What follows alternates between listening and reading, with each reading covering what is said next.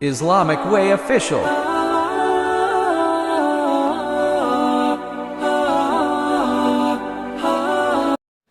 اب میں اللہ کا نام لے کر ایک بہت ہی سینسٹیو ایشو کی طرف آ رہا ہوں. اسلام کا معاشی نظام خلافت میں اس کی کیا شکل ہوگی. پہلے میں چاہتا ہوں کہ چند تضادات جو بظاہر نظر آتے ہیں پہلے ان کو ہم نوٹ کر لیں اور پھر سوچیں ہاؤ ٹو ریزالو دیم. دیکھیے، ایک طرف قرآن کہتا ہے یسألونک ماذا ينفقون قل العفو. اے نبی، یہ آپ سے پوچھتے کتنا خرچ کریں اللہ کی راہ میں، کہیے جو بھی ضرورت سے زائد دے ڈالو، ڈونٹ ریٹین اینی تھنگ. دوسری طرف وراثت کا حکم بھی آ رہا ہے، تو وراثت ہوگی کس چیز پر جبکہ کچھ بھی نہیں ہوگا. زکوٰۃ کا حکم بھی آ رہا ہے، زکوٰۃ ہوگی کس شے پر کہ جبکہ کوئی شے انسان ریٹین کرے گا ہی نہیں. بظاہر تضاد ہے یا نہیں؟ اور میں جب یہ کہا کرتا ہوں تو لوگ چونک جاتے ہیں کہ حضور نے ساری عمر زکوٰۃ نہیں دی، حالانکہ زکوٰۃ تو رکن ہے اسلام کا. بھائی زکوٰۃ فرض ہوگی اگر کچھ پیسہ آپ کے پاس ہے، جمع کیا ہے اور وہ نصاب کی حد سے اوپر ہے، تب آپ پر زکوٰۃ لازم آئے گی نا، ورنہ زکوٰۃ فرض ہی نہیں. سورج نصف النہار پر اگر کھڑا ہو جائے، وہ ڈھل کے نہ نیچے کو نہ اترے مغرب کی طرف، تو ظہر کی نماز کا وقت آئے گا ہی نہیں، ظہر فرض ہوگی ہی نہیں. وہ تو اقیم الصلاۃ لدلوک الشمس الی غسق اللیل وقرآن الفجر. تو اس اعتبار سے ایک بظاہر تضاد ہے. یسألونک ماذا ينفقون قل العفو، اور دوسری طرف یہ کہ وراثت لازماً تقسیم کرو، مما قل منہ او کثر، زیادہ ہو یا کم ہو، فریضۃ من اللہ، یہ فرض ہے اللہ کی طرف سے. اسی کی ایک صورت پیدا ہو گئی تھی حضرت ابو ذر غفاری رضی اللہ تعالی عنہ کے ایک مغالطے سے یا ایک غلو کی کیفیت جو ان میں پیدا ہو گئی. سورہ توبہ میں جب آیت نازل آئی کہ جو لوگ اپنے پاس سونا اور چاندی رکھتے ہیں، ان کو کنز بناتے ہیں، اللہ کی راہ میں خرچ نہیں کرتے، وہ سونا اور چاندی قیامت کے دن جہنم کی آگ پر تپا کر اور اس سے ان کو داغا جائے گا، ان کی پیشانیاں بھی، ان کے چہرے بھی، اور ان کی پیٹھیں بھی، اور ان کی پسلیاں بھی. وہ اس نتیجے پر پہنچے کہ سونا اور چاندی اپنے پاس ریٹین کرنا مطلقاً حرام ہے.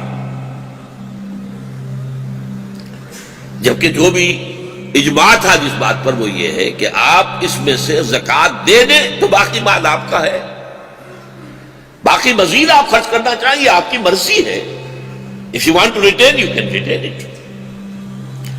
لیکن حضرت ابو ذر غفاری رضی اللہ تعالیٰ عنہ نے اس شد و بت کے ساتھ اس کا پروپیگنڈا شروع کیا. اور وہ شخص نہایت مخلص، نہایت زاہد. یہ وہ صحابی ہے جن کے بارے میں حضور نے فرمایا ہے من کان یسرہ ان ینظر الی زہد عیسیٰ فلینظر الی صاحب ابی ذر، کہ اگر کسی کی خواہش ہو کہ وہ اپنی آنکھوں سے حضرت عیسیٰ کا زہد دیکھے، کتنے زاہد تھے وہ، تو وہ میرے اس دوست، میرے اس بھائی ابو ذر کو دیکھ لے. زہد کا عالم یہ. لیکن وہ یہ کہ آدمی جتنا زاہد ہوتا ہے، جتنا مخلص ہوتا ہے، پھر اپنی رائے پر اتنا ہی مصر بھی ہو جاتا ہے. اس سے بڑا فتنہ اٹھ رہا تھا. پھر حضرت عثمان نے انہیں حکم دیا کہ آپ مدینہ چھوڑ کر باہر جا کر کہیں تک جائیں. اسی ایگزائل میں ان کا انتقال ہوا. کہیں سیرا میں ایک جھونپڑی سی ڈال کر وہ رہتے تھے، ان کی اہلیہ تھی. اور جب آخری وقت آیا ہے تو رونے لگے. اہلیہ نے پوچھا کیوں رو رہے؟ کہا میں نے اپنے دوست سے سنا تھا، حضور کو وہ کہتے تھے میرا دوست خلیلی. میرے دوست نے یہ کہا تھا کہ لوگوں تم اپنے گرد سانپ بچھو جمع کر لو گے، یعنی دنیاوی ساز و سامان، سانپ بچھو. دیکھو میرے نزدیک بھی، میرے گرد بھی سانپ بچھو. ان کا کون سا سانپ اور کون سا بچھو یہاں آ گیا؟ دیکھو یہ دوا پڑا ہے کہ نہیں، چمٹا ہے کہ نہیں، یہ سانپ اور بچھو. اب کسی کی شدت احساس کا عالم یہ. لیکن اس کو لے اڑے ہمارے ہاں ایک دور میں کمیونسٹ، کیونکہ یہ بات ذرا ان کے نظریے کے اندر فٹ بیٹھتی تھی اور ان کو پھر بہت اچھالا گیا. حالانکہ اس کی ریزولوشن کچھ اور ہے. اور وہ ریزولوشن کس طور سے ہوتی ہے اس کی؟ دیکھیے اسلام کے دو لیولز ہیں، ایک لیگل لیول ہے، فقہی سطح ہے، ایک ایمان اور احسان اور روحانیت کی سطح ہے۔ اکثر و بیشتر معاملات میں ان دونوں کے احکام ایک دوسرے سے متضاد ہوتے ہیں۔ مثال کے طور پر کسی شخص نے آپ کو تھپڑ مار دیا، اب آپ کے سامنے دو راستے ہیں، دو راستے اس صورت میں کہ آپ اس کو جوابی تھپڑ رسید کرنے کی طاقت رکھتے ہو، ورنہ تو تیرے درویش بن جانے درویش، آپ میں طاقت ہی نہیں ہے تو کیا کریں گے۔ لیکن اگر طاقت ہے تو دو راستے ہیں، چاہے تو معاف کر دیں اور چاہے تو بدلہ لیں۔ اپنے روحانی طرفوں کے لیے معاف کر دینا بہتر ہے۔ آپ معاف کریں گے تو جو روحانی خوشی ہوگی آپ کو اور ترفع ہوگا اور اونچائی اور بلندی آپ کو حاصل کریں گے، یہ سب کے نزدیک بالکل واضح سی بات ہے۔ اور دوسری طرف معاشرے کی بہتری کا تقاضا ہے کہ بدلہ لو، سزا دو اسے، ورنہ اس کی ہمت بنے گی، آج اس نے تمہیں تھپڑ مارا کل کسی اور کو مارے گا۔ نپتی ایول ان دی بٹ۔ اب قرآن میں آپ کو یہ دونوں چیزیں مل جائیں گی، ایک طرف عفو والعافین عن الناس، وَإِن تَعْفُوا وَتَصْفَحُوا وَتَغْفِرُوا، تین لفظ اگر تم معاف کر دیا کرو اور چشم پوشی سے کام لو اور ڈھانک دیا کرو گناہوں کو یا خطاؤں کو یا زیادتیوں کو، فَإِنَّ اللَّهَ غَفُورٌ رَحِيمٌ، تو اللہ بھی تو غفور اور رحیم ہے کہ نہیں؟ تم اپنے گناہوں کی مغفرت اس سے چاہتے ہو تو تم بھی تو لوگوں کو معاف کیا کرو۔ ایک طرف یہ ہے فَإِن تَعْفُوا فَهُوَ خَيْرٌ لَكُمْ، اگر تم معاف کر دو یہ تمہارے لیے بہتر ہے، لیکن وَلَكُمْ فِي الْقِصَاصِ حَيَاةٌ يَا أُولِي الْأَلْبَابِ، اے ہوش مندو، قصاص میں زندگی ہے۔ آپ کا تمدن کا نظام، آپ کی معاشرت کا نظام یہ تو درم برم ہو جائے گا اگر قصاص نہ ہو، اگر سزا نہ ہو، جرائم پھیلتے چلے جائیں گے۔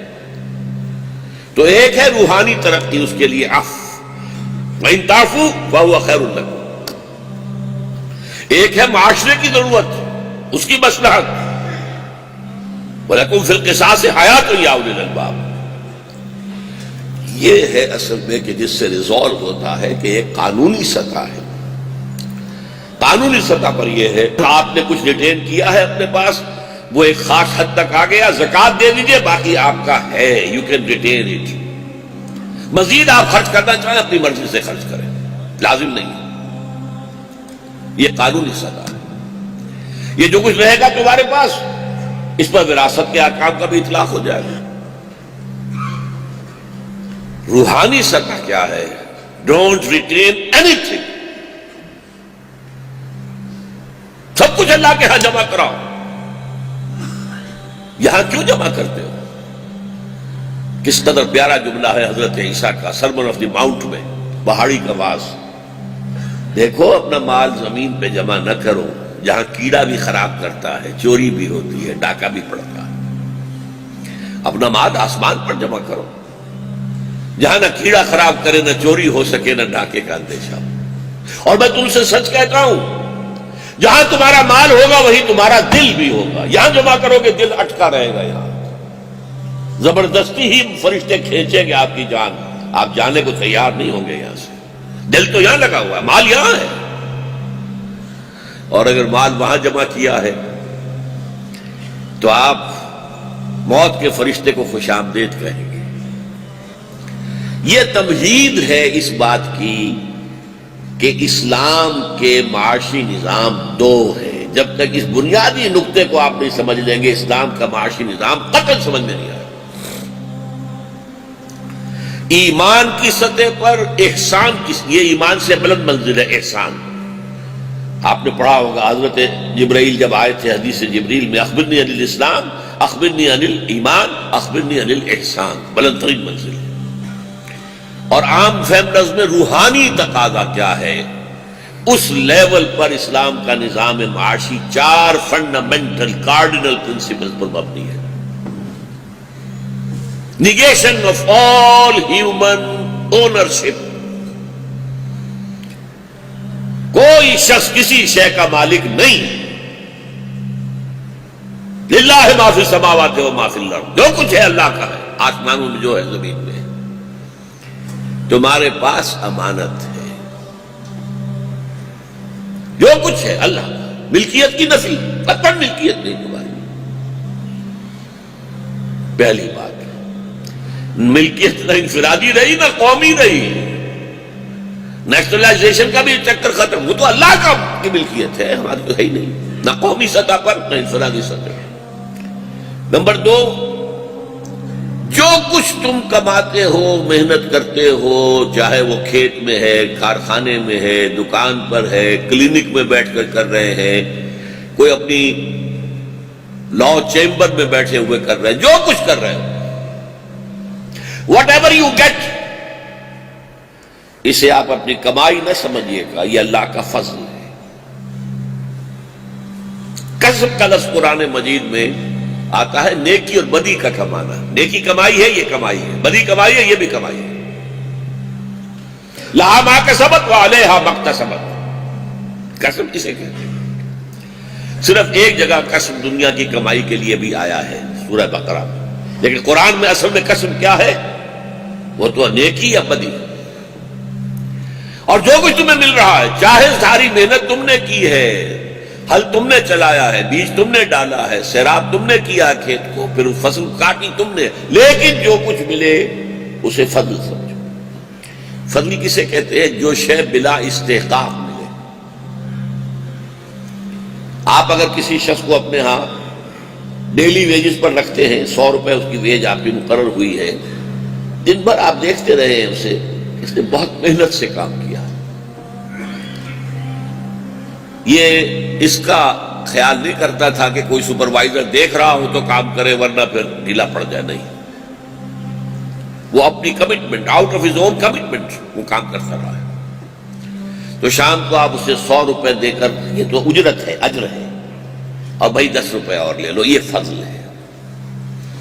وہ ڈیمانڈ نہیں کر سکتا آپ سے، ڈیمانڈ تو وہ 100 کر لے، لیکن یہ کہ اسے آپ اگر اضافی شے دیتے تو وہ فضل ہے. فضل سمجھو، اپنی کمائی نہ سمجھو.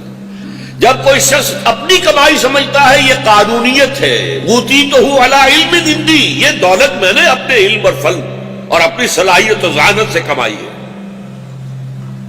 یہ کفر ہے. جو کچھ ہے اللہ تو نے دیا ہے، میرا کچھ قسم نہیں اس میں. فضل، یہی لفظ آیا نا قرآن مجید میں جمعے کے حکم کے ضمن میں، فَإِذَا قُضِيَتِ الصَّلَاةُ فَانتَشِرُوا فِي الْأَرْضِ وَابْتَغُوا مِنْ فَضْلِ اللَّهِ.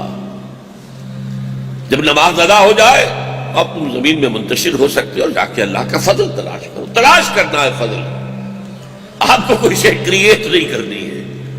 وہ فضل تو ہے، اللہ کا فضل ہے، ملے گا. تیسرا، اس فضل میں سے تمہارا جائز حق صرف تمہاری ضروریات کی حد تک، باقی اللہ نے تمہارے مال میں شامل کر کے تمہارا امتحان لیا. یہ دوسروں کا مال ہے، تمہیں ٹیسٹ کر رہا ہے کہ تم یہ دوسروں کو اس کا مال حوالے کر کے اور فارغ ہو جاتے ہو بار امانت سے، یا اس کو اپنا مال بنا کر اپنے پاس جمع کرتے ہو. تمہارا جائز حق تمہاری ضروریات کے حد تک ہے. بس یہ سمجھیے کہ اسلامی نظریے کی سرپلس ویلیو ہے. وہ جو مارکسزم کی سرپلس ویلیو کچھ اور ہے، اور اسلامی نظریے کی سرپلس ویلیو کیا ہے؟ جو تمہاری ضرورت سے زائد دے ڈالو. یہ در حقیقت یہ دے ڈالنا یا غرباء کو، فقراء کو، مساکین کو، یتامہ کو، یعنی خیرات و صدقات میں دے دیا جائے، اور یا اللہ کی راہ میں انفاق ہے، جد و جہد ہے اللہ کے دین کی اشاعت کے لیے، اللہ کے دین کی اقامت کے لیے. اگر قتال کا مرحلہ ہے تو اسلحہ کی خرید کے لیے اعدوا لہن ما استطعتم من رباط الخیل. یہ 4 پرنسپلز ہیں. ملکیت تمہاری کچھ نہیں، ای امانت چند روزہ نس نماز، در حقیقت مالک ہر شے خدا سے، ملکیت نہ انفرادی نہ اجتماعی نہ قومی. جو تم کماؤ گے جو ملتا ہے وہ فضل ہے، تمہاری محنت کا نتیجہ نہیں ہے.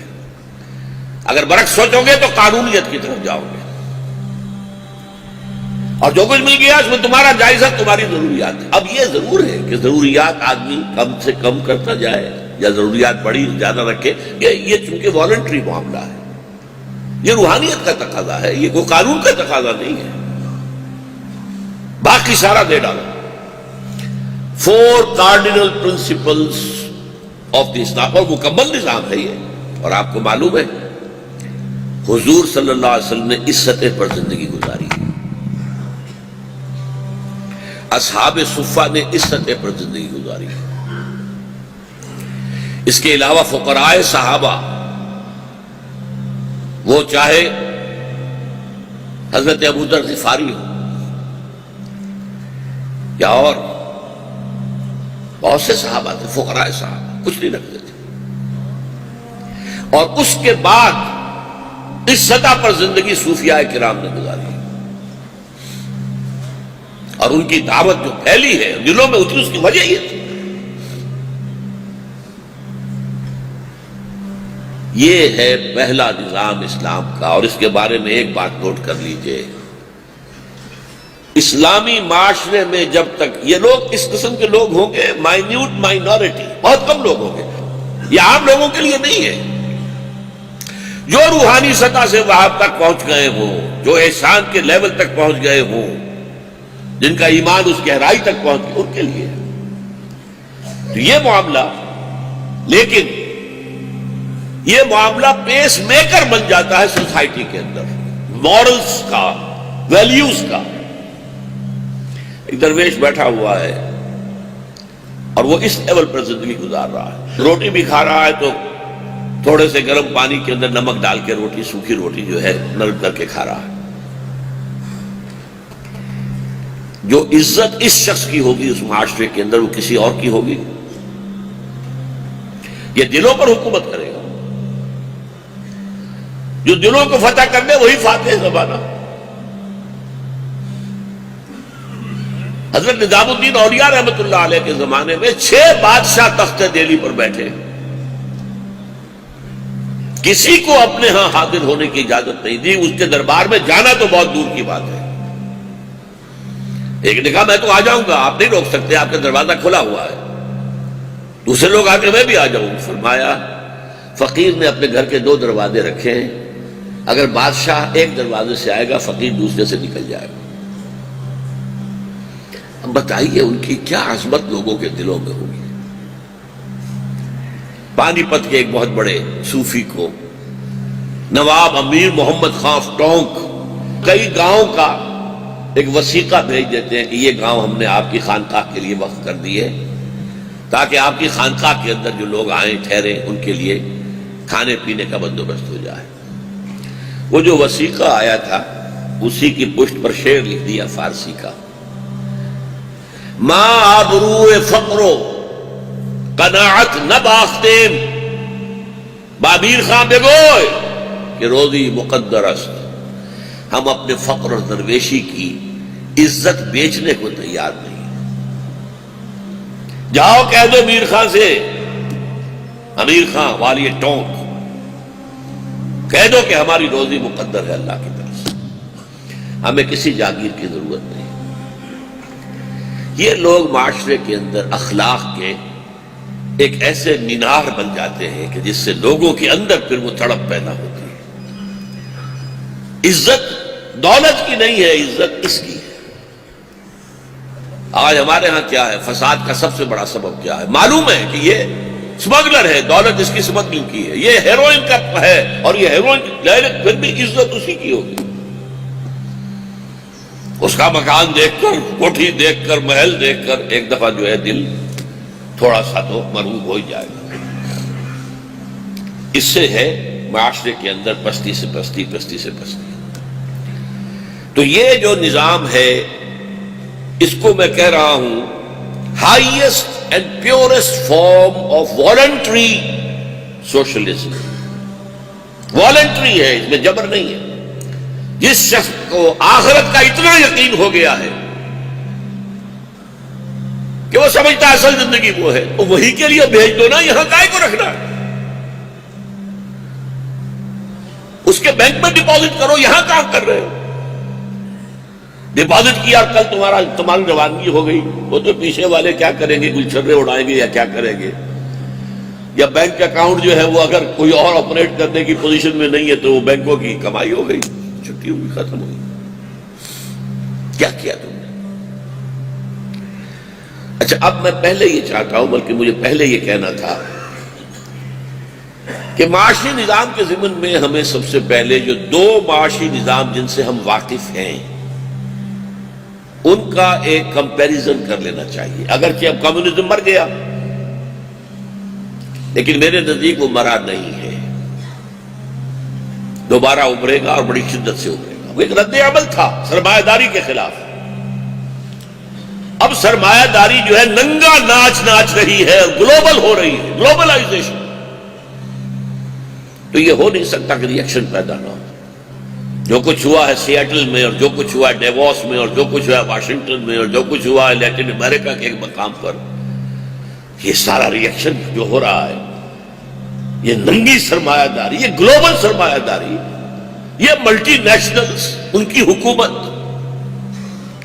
اس کا رد عمل تو ہوگا۔ لیکن بہرحال اس وقت جو ہے دو اکانومیز تھی جن کے درمیان نصف صدی تک کولڈ وار جاری رہی، اور جب U S S R dissolve ہو گیا تو امریکی مفکرین نے جو ہے بغلیں بجائیں، ثابت ہو گیا ہمارا نظام ٹھیک ہے، دیکھ لو وہ لاش پڑی ہوئی ہے، وہ کمیونزم کی لاش بے گور و کفن پڑی ہوئی ہے، اور وہ روس سربسجود ہے ہمارے سامنے، پیسہ مانگ رہا ہے، بھیک مانگ رہا ہے۔ فوکویاما نے کتاب لکھی اینڈ آف ہسٹری، تاریخ انسانی اپنی ارتقاء کی آخری منزل تک پہنچ گئی، اب کوئی بہتر نظام نہیں ہے، کوئی نہیں آئے گا، کوئی چیلنج نہیں کر سکے گا اس نظام کو۔ اگرچہ ہنٹنگٹن نے کہا کہ نہیں، ابھی کلیش آف سیویلائزیشنز ہوگا، ٹھیک ہے معاشی نظام کے اعتبار سے تم جو کہہ رہے ہیں وہ ٹھیک ہے، حالانکہ ٹھیک نہیں ہے، وہ میں اس سے اختلاف کر رہا ہوں، ٹھیک نہیں ہے، اس کا ریئیکشن آئے گا۔ بہرحال ان دونوں نظاموں کا ذرا تقابلی مطالعہ کیجیے، اور یہ بات کہ وہ نظام فیل کیوں ہوا، یہ کیوں یہ ہے جیت گیا، اس کی وجوہات کیا؟ دیکھیے، کمیونزم میں ذرائع پیداوار انفرادی ملکیت میں نہیں بلکہ قومی ملکیت میں، کیپٹلزم میں نہ صرف آرٹیکلز آف یوز آپ کی انفرادی ملکیت میں ہو سکتے ہیں، لیکن جو مینز آف پروڈکشن ہے، کارخانہ ہے، دکان ہے، فیکٹری ہے، کھیت ہے، یہ بھی آپ کی انفرادی ملکیت ہو سکتی ہے۔ اب اس سے فرق کیا پڑتا ہے؟ ایک انسان کی سرشت ہے، چاہے آپ اسے بیسر سیلف کہہ لیں، اس کے اندر ایک ہے سینس آف پوزیشن، چیز میری ہے تو میں اس کی حفاظت زیادہ کروں گا، میں اس کو بڑھاؤں گا، میں اس کے اندر ترقی چاہوں گا، میری ہے ہی نہیں تو مجھے کاہے کو ایکسٹرا لیبر کرنے کی ضرورت ہے۔ جو حشر ہمارے ہاں ہوا تھا نیشنلائزیشن آف انڈسٹری کے بعد، بیڑا غرق ہو گیا، کیوں کام کریں؟ اور سرکاری افسر بیٹھے ہوئے مینیجرز کی حیثیت سے، اگر مشین کو خراب ہو گئی ہو جائے گی، 2-4 دن کے اندر ٹھیک ہو جائے گی، وہ رات کو کھڑا ہو کر اور مستریوں کے سر پر جو ہے سوار ہو کر تو ٹھیک نہیں کرائے گا۔ مالک تو کھڑا رہے گا، سوار ہوگا، اسے پتا ہے کل لیبر تو آئے گی، اوور ہیڈ تو پڑ جائے گا مجھ پر، لیکن کوئی پروڈکشن نہیں ہوگی۔ اس کو کہتے ہیں پرائیویٹ اونرشپ، جس کے نتیجے میں انسینٹیو پیدا ہوتا ہے۔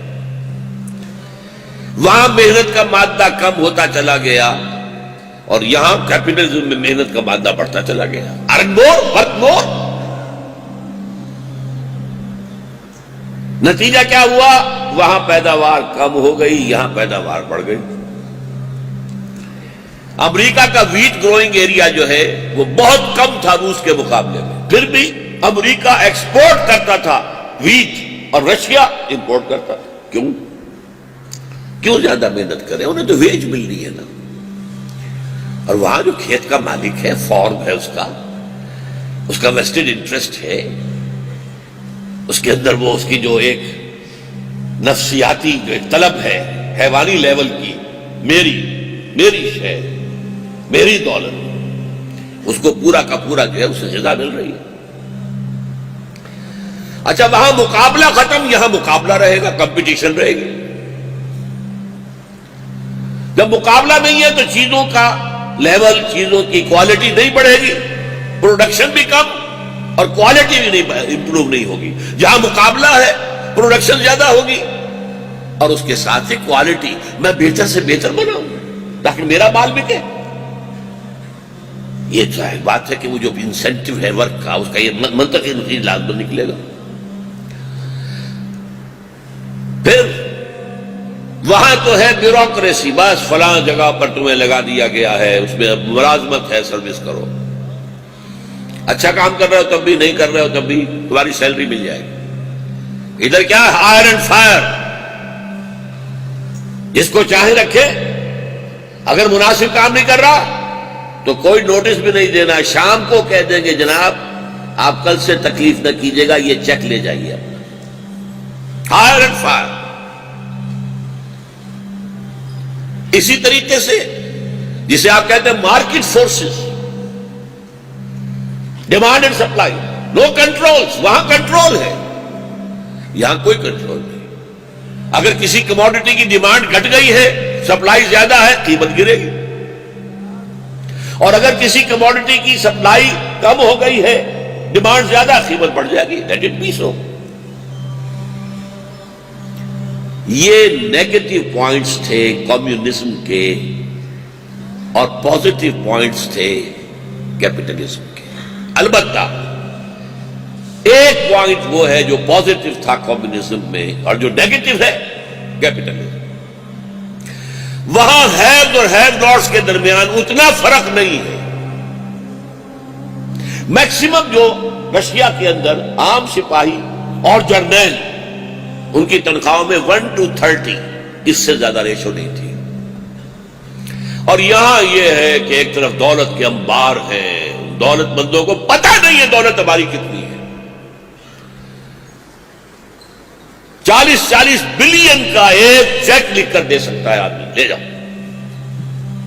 اور دوسری طرف بھوک ہے، فاقہ ہے، گھیٹوز، جس کا سب سے بڑا آپ کو منظر نظر آتا ہے مینہٹن، جو سمجھئے کہ ان کا جو تہذیب کا اور ان کی تجارت کا، اور یہ جو ٹاورز تھے اس کے جنوبی علاقے کے اندر، ورلڈ ٹریڈ ٹاورز، مینہٹن ایک جزیرہ ہے، کوئی 9 میل لمبا اور کہیں ذرا 2-3 میل چوڑا ہو جاتا ہے، کہیں آدھا میل ہی رہ جاتا ہے، بس اس طرح کا جزیرہ ہے۔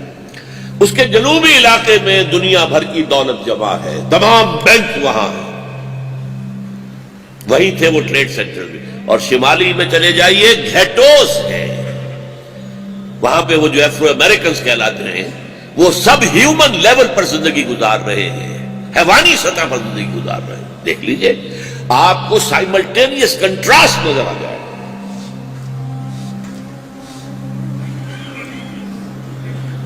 سرمایہ دارانہ نظام بھی ایک کام بہرحال کرتا ہے، کچھ عرصے کے بعد اس نے اس کا تجربہ حاصل کر لیا۔ جب آپ کی فری اکانومی ہوگی اور کمپٹیشن ہوگا، فری کمپٹیشن، تو کچھ آگے نکل جائیں گے، کچھ پیچھے رہ جائیں گے، ظاہر بات ہے۔ آپ اگر لوگوں میں دوڑ کر آتے ہیں اور وہ بندھے ہوئے آپس میں نہیں ہے تو کوئی آگے نکلے گا، کوئی پیچھے رہ جائے گا۔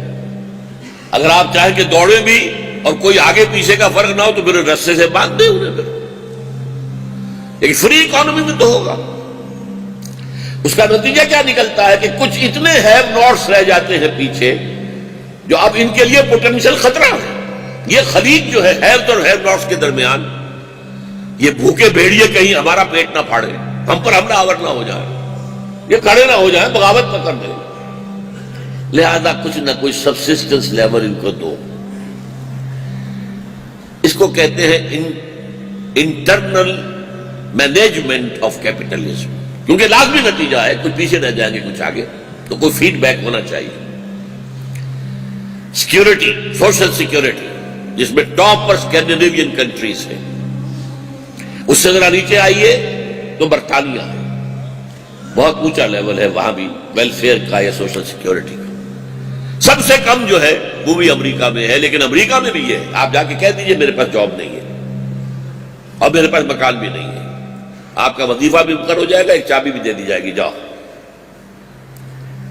یہ ہے فیڈ بیک, یہ ہے انٹرنل مینجمنٹ.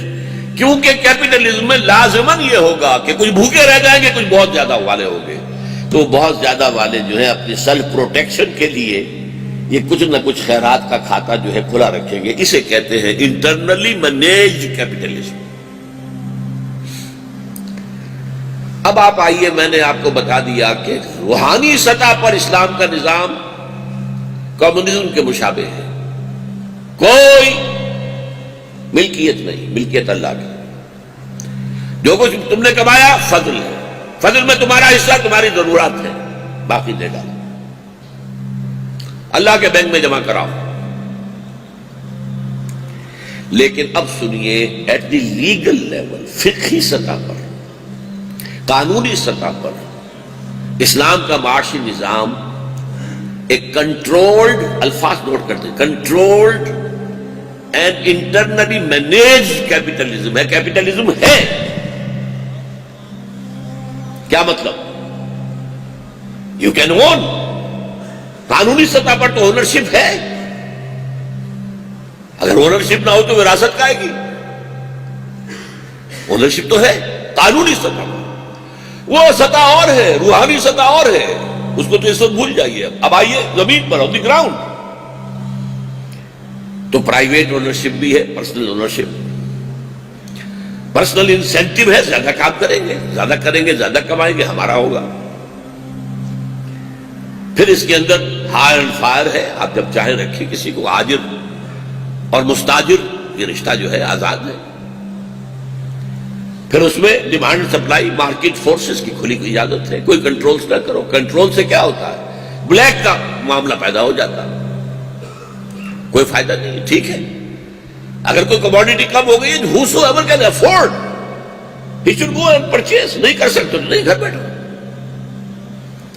یہ ساری چیزیں جس کی بنا پر کیپٹلزم جیتا اور جن کے مخالف چیزوں کی بنیاد پر کمیونزم ہار گیا, مر گیا, اسلام میں وہ سب ہے. پرائیویٹ اونرشپ ہے, پرسنل انسینٹیو ہے, کمپٹیشن ہے, اور ہائر اینڈ فائر ہے. ڈیمانڈ اینڈ سپلائی کے اصول کے مطابق معاملہ لے کر چلنا ہے. بیوروکریسی کا کنٹرول نہیں ہے, آپ کا اپنا مال ہے, آپ کام کرتے ہیں. اس کا نتیجہ یہ نکلتا ہے کہ اسلام کے اندر وہ سارے انسینٹیوز موجود ہیں, لیکن کنٹرول کرتا ہے اسلام لیگل لیول پر کہ یہ کیپٹل جو ہے یہ آکاش میل کی طریقے سے پوری معیشت پر چھا نہ جائے. اب یہاں میں آپ کو سنانا چاہتا ہوں ایچ جی ویلز کا ایک قول. آپ کو معلوم ہے کہ دنیا میں پہلے تجارت ہوتی تھی بارٹر سسٹم. کسان کھیت میں کام کر رہا, گندم بوئی ہے, اس نے گندم جو ہے اگائی ہے, اور کرگے پر بیٹھا ہوا کوئی شخص ہے جلاحا, وہ کپڑا بن رہا ہے, اس نے کچھ دانے دے دیے, کپڑا لے لیا, نو کرنسی. رومن امپائر کے زمانے میں سب سے پہلے دنیا میں کرنسی کا تصور پیدا ہوا, سونا چاندی کی کرنسی. اس کو کہتا ہے ایچ جی ویلز, انسان نے جب سے کرنسی کا معاملہ شروع کیا اسے یہ اندازہ نہیں تھا کہ کتنی بڑی لعنت کا طوق اس نے اپنی گردن میں ڈال لیا. گندم آپ کتنی ہولڈنگ کریں گے, لیکن یہ سونا ہے ایک شیر, یہ اتنے 1000 من گندم کے برابر, اس کو آپ اپنے ہاتھ رکھیے اپنی تجوری کے اندر. جب چاہے ریلیز کریں, جتنا چاہے خرید لیں, قیمت بڑھ جائے گی. جب ہاتھ روک لیں گے قیمت گر جائے گی. You can manipulate the market جب آپ کرنسی کو اپنے پاس رکھ سکتے ہیں. تو ایک لعنت کا طوق تھا جو نوع انسانی نے اپنی گردن میں ڈالا ہے. یہ دیو جو ہے یہ جن ہے, capital. You have to chain it, اسے بوتل میں بند رکھو. یہ ہے اصل جو چیز کی اسلام کی کنٹریبیوشن ہے. کیپٹلزم اس میں سرمایہ کاری تو ہو، سرمایہ داری نہ ہو. نو کنسنٹریشن آف ویلتھ. ہیوز اور ہیو ناٹس کے درمیان بہت فاصلہ نہ ہو. اس کا جو ماسٹر سٹروک ہے ربا حرام. کاروبار کرو جائز طریقے سے کرو، ربا کے بغیر کرو. ربا کیا ہے؟ صرف پیسہ پیسے کو کھینچے وداؤٹ اینی لیبر. آپ کو معلوم ہے کاروبار کوئی بھی ہوتا ہے اس میں کیپٹل چاہیے، لیبر چاہیے، اور پھر چانس بھی ہوتا ہے. کسی وقت حالات ایسے ہوتے ہیں کہ وہی اماؤنٹ آف لیبر اور وہی اماؤنٹ آف کیپٹل آپ کو زیادہ پروڈکٹس دے دیتی ہے، کبھی کم ہوتا. 3 فیکٹرز رہیں گے ہمیشہ. لیکن اگر باقی دونوں فیکٹرز کو آپ ختم کر دیں اور صرف پیسہ پیسہ کماتا رہے، یہ ورسٹ لعنت ہے دنیا کی، اور یہ شریعت کے نزدیک حرام ترین ہے. گھڑی چل رہی ہے، گھڑی کے ٹک ٹک کے ساتھ اس کا پیسہ تو بڑھ رہا ہے. ہر ٹک ٹک کے ساتھ جو پیسہ لے کر گیا ہے اس کو پتہ نہیں نفع ہو رہا ہے کہ نقصان ہو رہا ہے. اس کو کوئی غرض نہیں. مجھے تمہارے نقصان سے کوئی غرض نہیں، مجھے تو نفع چاہیے، اور نفع بھی ایک خاص جو اس کی شرح ہے اس پر چاہیے. یہ ہے جس کو ماسٹر سٹروک کہہ رہا ہوں میں. یہ اللہ ہی دے سکتا تھا. حرام. اور حرام بھی کتنا؟ دیکھیے عقیدے میں جس قدر بڑی شے ناقابل معافی شرک ہے، عمل میں اتنی ہی بڑی شے سود ہے. زنا اتنی بڑی شے نہیں ہے، چوری اتنی بڑی شے نہیں ہے.